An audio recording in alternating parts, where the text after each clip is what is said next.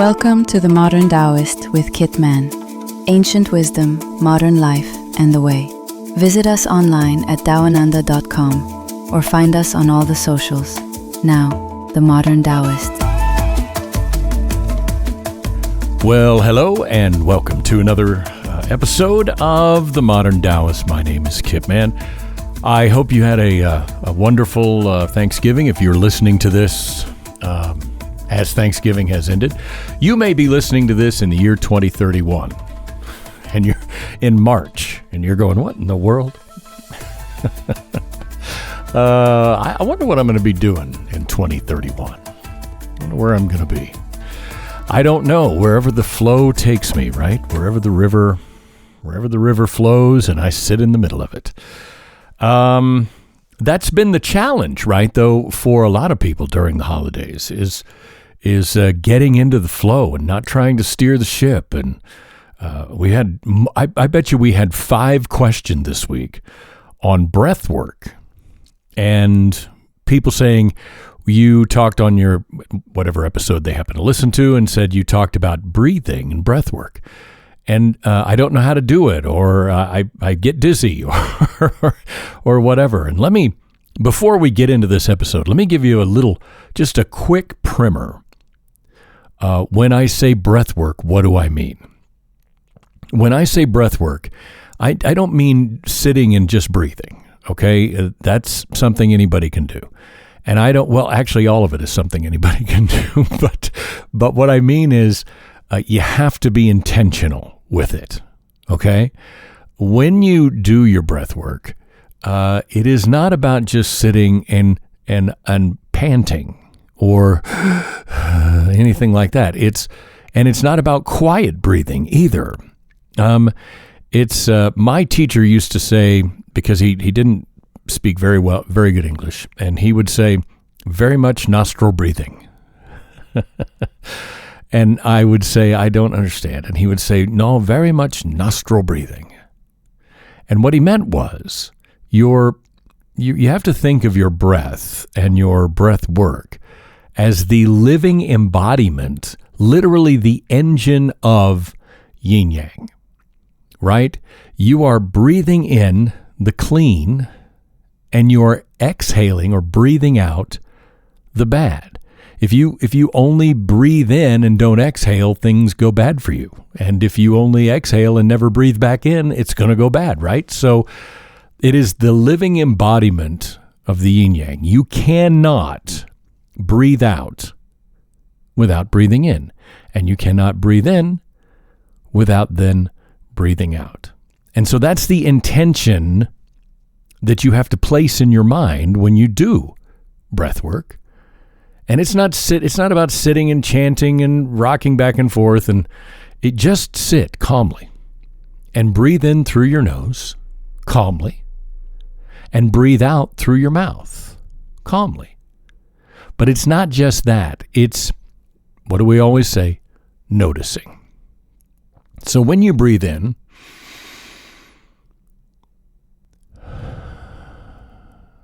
through your nose and out through your mouth, don't worry about how long. I see all these videos, you got to breathe in for 4 seconds and exhale for 6. You guys, come on. That's ridiculous, all right? Don't listen to people that tell you to do stuff like that. You breathe in as long as you need to, and you exhale however feels natural. We're not forcing anything here. We're not counting our breath, okay? We are intentionally paying attention to what is going on.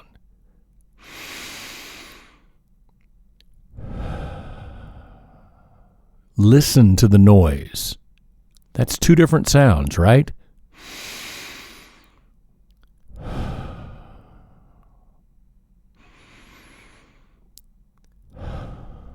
When you do that, pay attention to what your body is doing. Pay attention to the sound of your breath. Pay attention to the air flowing through your nostrils and into your lungs. Pay attention to how your lungs deflate as it exits your body. Do these things intentionally with attention. Notice everything that you do when you breathe. Notice if your eyes flutter, right? A lot of people don't realize when you breathe, almost everyone will blink their eyes on the exhale. We don't know why.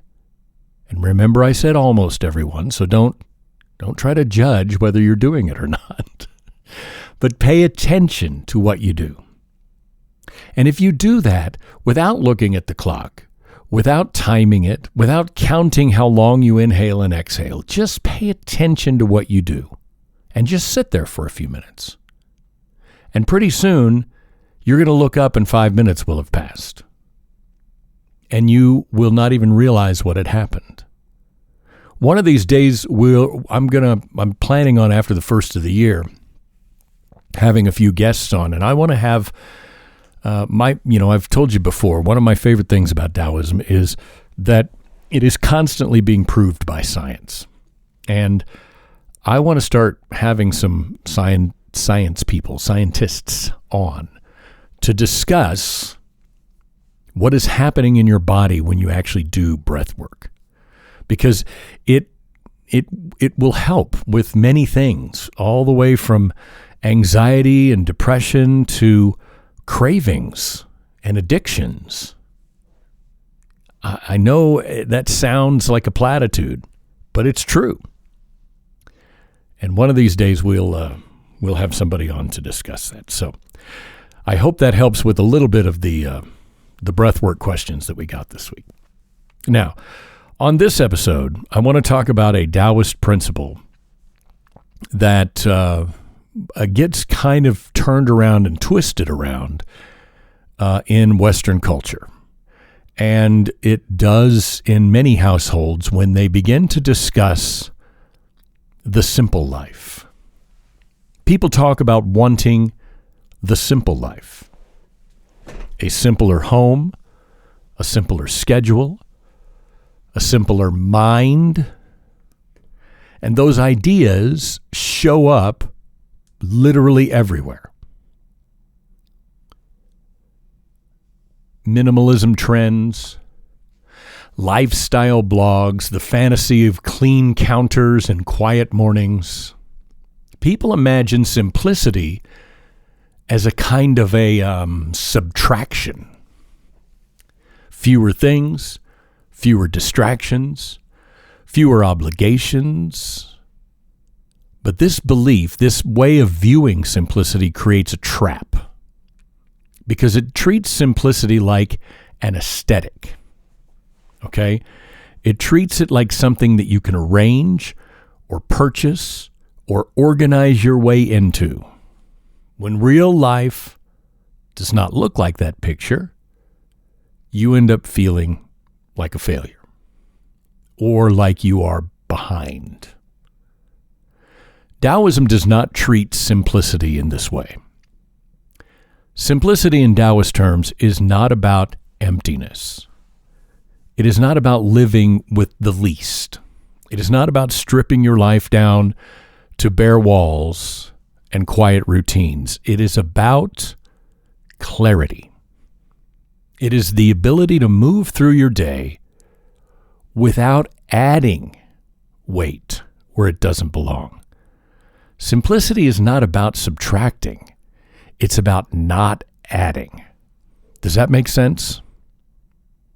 It's this honesty that's required to see what matters without building stories around what doesn't.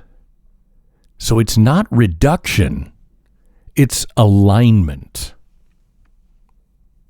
And sure, you're going to say, well, that's not what I read on, Reddit, or that's what I saw on YouTube. Yeah, I know, because modern culture sells us the opposite. It tells you that simplicity means having nothing out of place, nothing extra, nothing messy. Real life doesn't work like that. Our days are full sometimes, whether we want them to be or not. They contain unexpected tasks shifts in emotions, phone calls you didn't plan, incidents that happen with your children that came out of nowhere, incidents that happen with your parents, if maybe you don't live with them and they're elderly parents and things come out of nowhere, dishes that appear to break for no reason, responsibilities you cannot remove, right?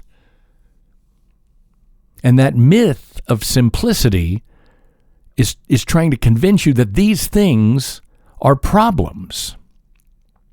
Guys, these things are life. The real complication is not the fact that you have too many of something in your house or too many events in your day. It's the idea that life should be lighter than it is, that everything should be controlled, that the world should quiet down before you do. This belief will wear you out. People chase a version of simplicity that cannot survive in reality. And then they blame themselves because it isn't your world that needs to quiet down. It's you that needs to quiet down. You understand? People talk about it without understanding the forces that make their lives complicated in the first place. We imagine clutter and noise and busy schedules are the cause. That's not the cause. Most of what feels complicated comes from the way we divide ourselves across too many directions at once. You can have a quiet day and still feel overwhelmed if your attention is split. And you can have a full day and still feel steady if your mind is quiet and your attention is unified. The issue is not the amount of things that you have or the amount of things that are going on. It's the fragmentation of your attention. Modern culture rarely addresses this, which is why we're talking about it, because it always focuses on everything external, as if clearing your countertop or rearranging your closet or throwing out a bunch of tchotchkes that you don't need is somehow going to repair your life on the inside. The weight that most people carry has nothing to do with objects. It comes from trying to be three different versions of themselves at the same time. The version other people expect, the version that they think they should be, and the version that they actually are. And then they have this tension. And it's that tension, not the clutter on your desk, that is wearing you down. This tension is the true source of complication. When your mind pulls you in conflicting directions, everything seems heavier. You have a decision you need to make. It gets harder because you don't just have the pros and cons list, but each one of those lists is broken down. Maybe this pro is actually a con if we are in this situation. Maybe this con can be dealt with. No. Small tasks begin to feel like obstacles, and you don't rest even. You're at night, your mind is racing. And your mind isn't racing because you have too many sweaters, right? Simplicity starts to feel impossible because the problem is not the world around you. It is your world within you. And this is why when Taoists talk about simplicity, what they are talking about, what we are talking about, when we teach simplicity, we are teaching coherence. Not minimalism, not reduction, coherence. A life where your choices, your priorities, and your actions are not fighting each other. A life when your attention is not leaking into every single imagined outcome. A life where you don't spend half of your energy performing who you think you should be. When your life is coherent, even complexity feels simple. When your life is incoherent, even simple feels complicated. Think about the stress that comes from pretending that everything is fine when it isn't. Maintaining that outward image takes more energy than simply dealing with the freaking situation itself. The stress of trying to meet standards that you never chose. That strain has nothing to do with how many sweaters you have or pillows on the bed or how many toys your child has. It's the pressure of carrying an identity that does not match your actual life. Simplicity in Taoism senses is the release of this inner conflict. It's the moment you stop negotiating with the version of yourself that you think you are supposed to maintain. It's choosing the honest stance instead of the impressive one. It's removing internal contradictions that make your ordinary life feel heavier than it is. The idea of simplicity didn't become distorted in modern culture by accident. We turned it into a marketing thing. We turned it into a moneymaker.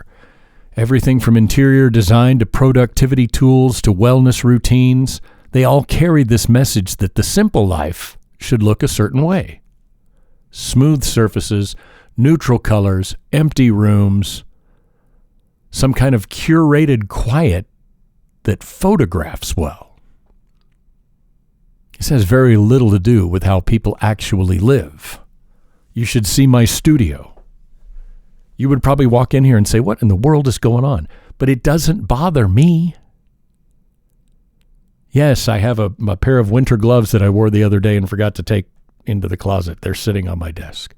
Yes, there's a package that I need to mail is sitting there. Yes, it's cluttered. My glasses are over here. My beanie is over. It's cluttered. But it doesn't bother me. Right? Because the inner calm doesn't depend on what my room looks like. Believe me, just because somebody's room is calm doesn't mean they are calm. If your home looks organized, you're automatically centered. Oh, sure, I wish. Most people feel this pressure without even naming it. They try to adjust their surroundings to match the images that they see in their mind or that they have been shown through marketing. They try to clean their way into calm. They try to schedule their way into peace. They try to match this external standard that never came from their own life. Sure, cleaning for many people, my wife is one, is meditative. It's cathartic. That's a completely different thing than we're talking about. I'm talking about the fact that afterwards, the clean house looks great, made you feel good while you were doing it, but didn't change your inner structure. So Taoism wants you to cut through this pressure by simply refusing to judge simplicity by appearance. A space is simple if it lets you move through it without friction. Your day is simple if it flows without unnecessary resistance. Your mind has gotten simple if it stops arguing with itself. None of this requires the world to look minimal or curated. It requires your world to function. The cultural version of simplicity pulls you outward. So people start thinking in terms of how things appear, how the home appears, how the routine appears, how their success appears.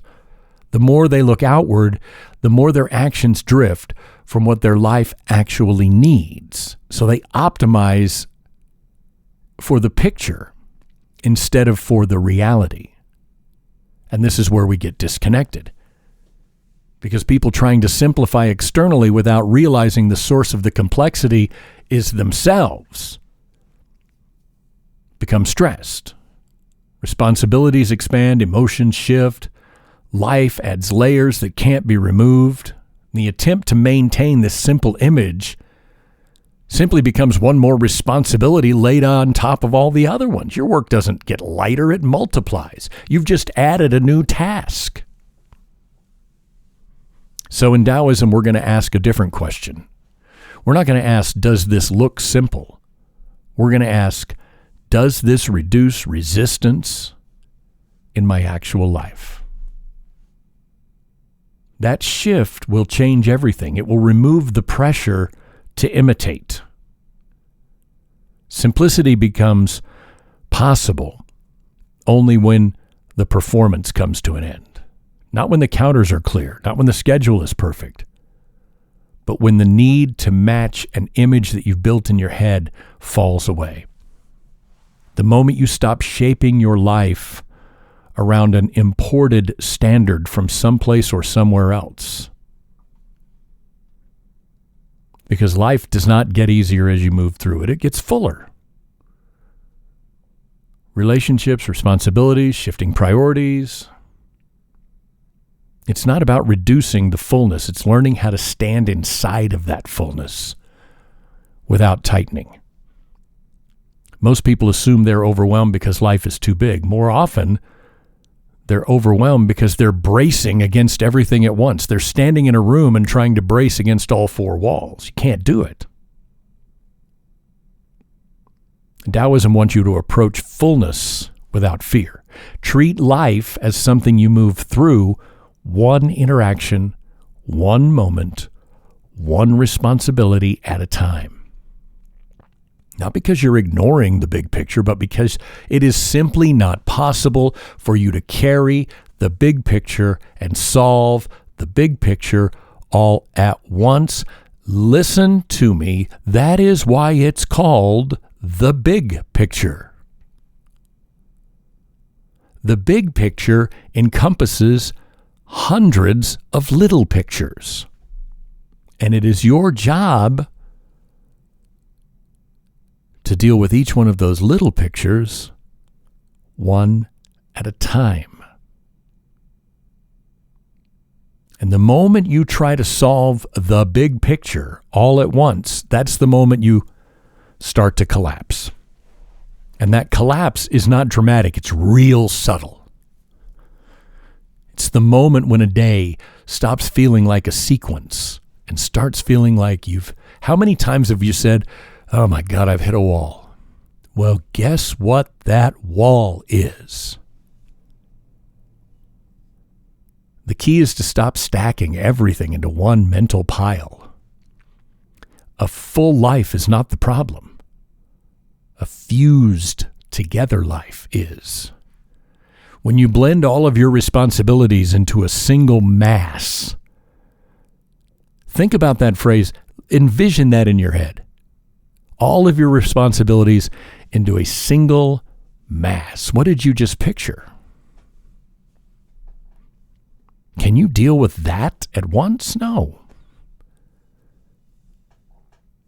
When you try to do that, every task feels overloaded. Every conversation feels like it's this high stakes thing that you got to get to the bottom of something. Every decision feels like it's going to touch every other decision. And that weight multiplies, not because the individual tasks are hard, but because they're all tangled up into one knotted mass. Simplicity in Taoism separates the strings of the knot, separates the strands. Deal with one string at a time. You're not reducing the amount of strings, but you're letting each one be dealt with on its own. You respond to what is in front of you without carrying the next 5 things alongside. A full life becomes manageable when you stop trying to deal with it all at once. Think of somebody in the kitchen trying to cook 6 different dishes. Well, nothing's going to burn to the one they're paying attention to isn't going to burn. The other 5 might, because you can't attend to every one of them at the same time. And when you try, the kitchen gets chaotic. What changed? The number of dishes didn't change. You still have 6. Your attention changed. You tried to deal with all of them at once instead of one at a time. We have this weird habit in modern times of pretending everything matters equally. Well, it doesn't. Some things need depth. Some things need speed. Some things just need to be acknowledged. And when you blur these differences, your energy gets all scattered. You waste precision on things that require presence. You waste presence on things that require precision. And this imbalance creates fatigue. And it's got nothing to do with how many tasks there are. It's how many tasks you're trying to handle and negotiate with simultaneously. Remember again, the heart of Taoist simplicity is not emptiness, it's alignment. Because a full life, if it's aligned, feels clear. A full life, if it collapses, feels impossible. The difference isn't the size of the life, it's how many pieces you insist on dealing with all at the same time. Now, I get it. It's not easy. People that want simplicity rarely get actual proper instructions. They get quick fixes. You don't need to go on a retreat. You don't need a minimalist reset. You don't need a 30-day system. You already have a real life and jobs and kids and deadlines and texts and aging parents and bills and a brain that runs hot. You need solutions that work on a random Tuesday, not solutions that work in an ideal, perfect world. So Taoism offers you an approach that fits directly into daily life because Taoist practices are built on behavior, not belief. They work because they do not require you to change your personality or your circumstances. They only require you to stop creating unnecessary resistance. And I'll give you a few ways, as I always try to do on this podcast, a few ways that are practical that can help you, find some workable ways to stop creating this unnecessary resistance.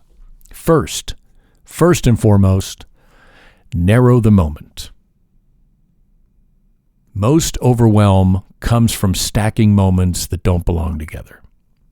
Trying to solve tomorrow's problems while you're still in today, trying to finish a conversation you haven't even had yet, trying to pre-manage the reaction of someone who isn't even in the room. So narrow the moment. Give yourself permission to do one thing cleanly without inviting the next 10 into the room. When your mind drifts forward, direct it gently, not with force, but with recognition. Notice, I'm here, I'm not there. I'll deal with this right now. I'll deal with that other stuff later. That sounds small. But the sentence, I am here, not there, changes the texture of the problem. The second thing to do is separate reaction from responsibility. A lot of people fold these together without even really noticing. Somebody is disappointed, you feel responsible to fix it. Somebody is anxious, so you feel responsible to calm them down. Something is chaotic, you feel responsible to sort it out. This is how your life fills up with weight that doesn't belong. So very much like I am here, not there is so simple. Another thing to say is this mine to solve or is this mine to witness? If it is yours to solve, then solve it.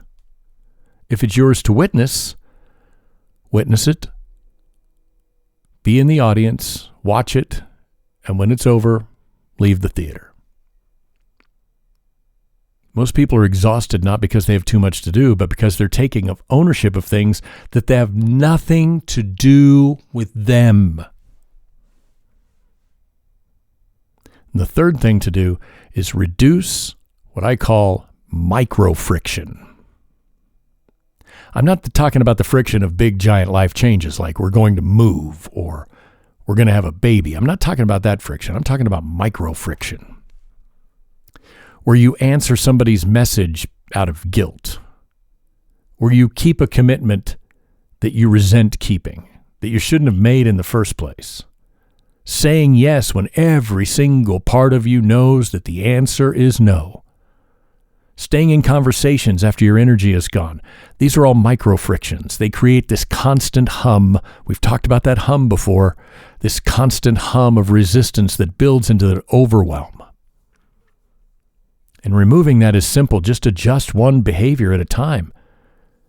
Answer when you can answer, not when you feel like you need to answer. Answer when you have time. Turn down an invitation without apologizing and making up things. Somebody says, hey, you want to go get a coffee and then maybe go hiking? Just say no. It's easy. No, not today. You don't have to say, no, I got 16 things to do, and plus my husband, he's sick, and plus this and plus that. Just say no, not today. Thanks for asking. Hit me up next time. End conversations when they've reached the end.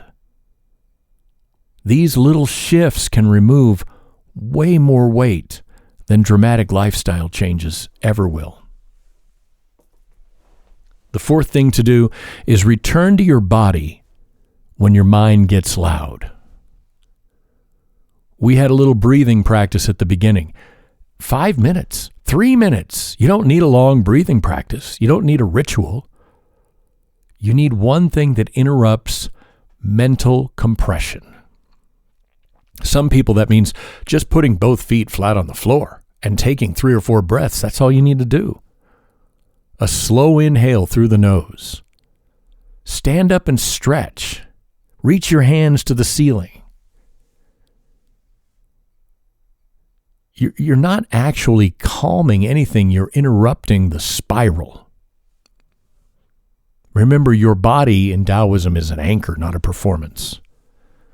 Use your body when your mind tries to sprint ahead. Your body doesn't have to run along.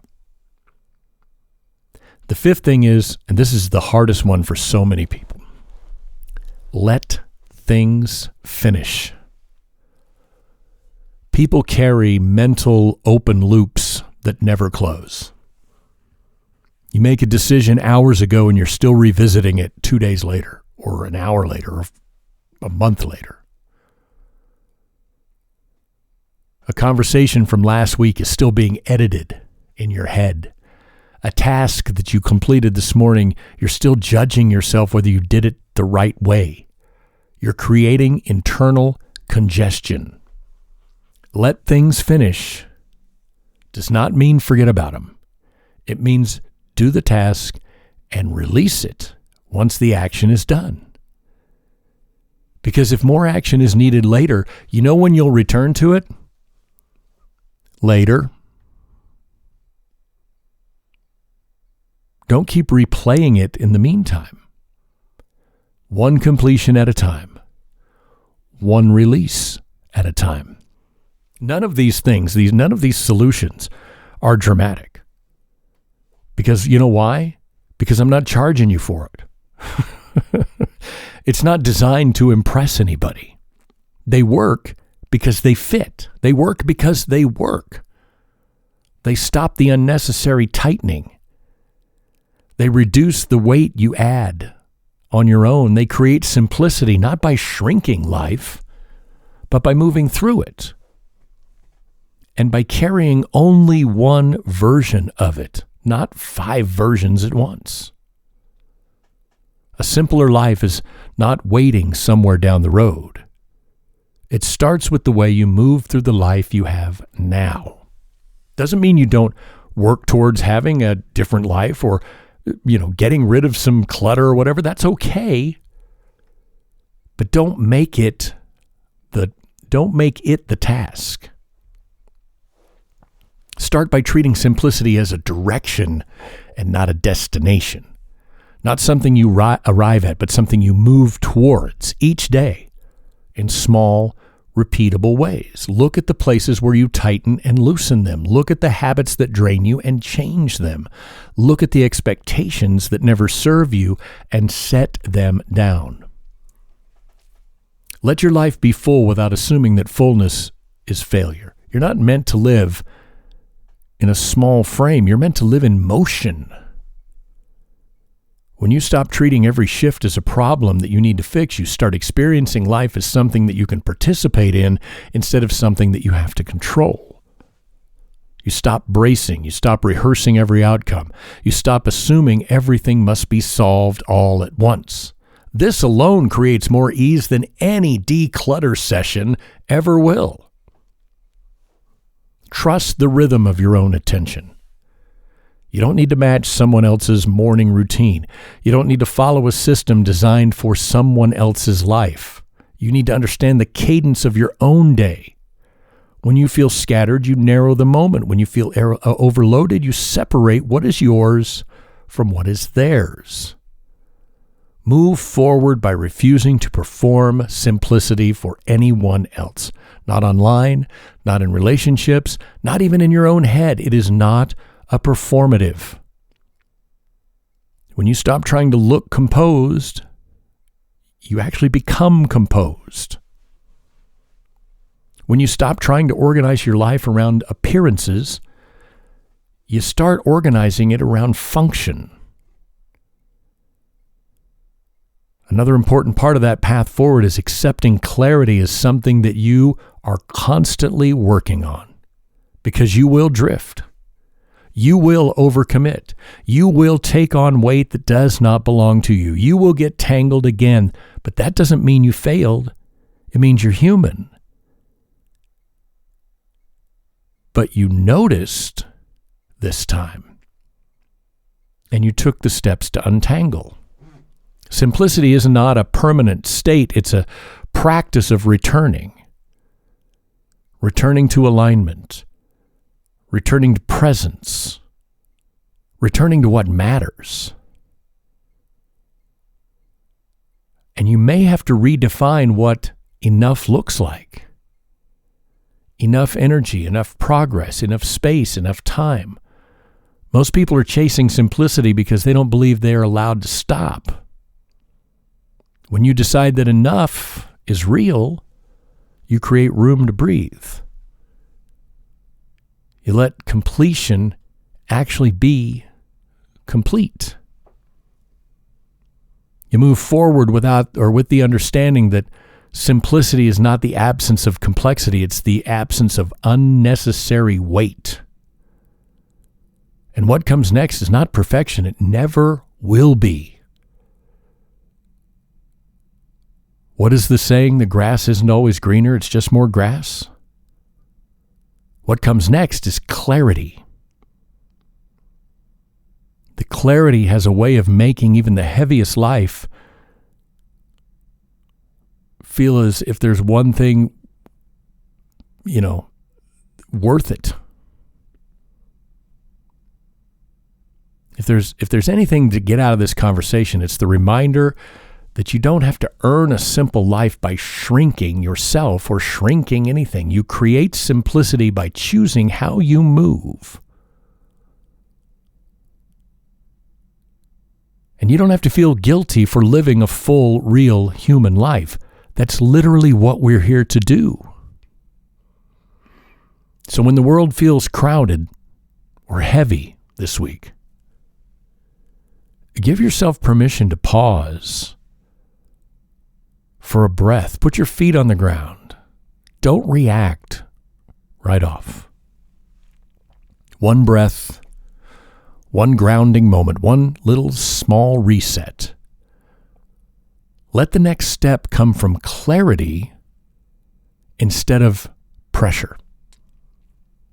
Pressure can come from various places. Usually it comes from our inside. It comes from ourselves. And once you find that way to just get grounded for 10 seconds, you're going to be surprised about how much weight drops away when you stop bracing against the moment that you're already in. And when you find yourself inevitably drifting back to old habits, guess what? That's okay. It's fine. Because you're going to notice. And you're going to loosen when you can.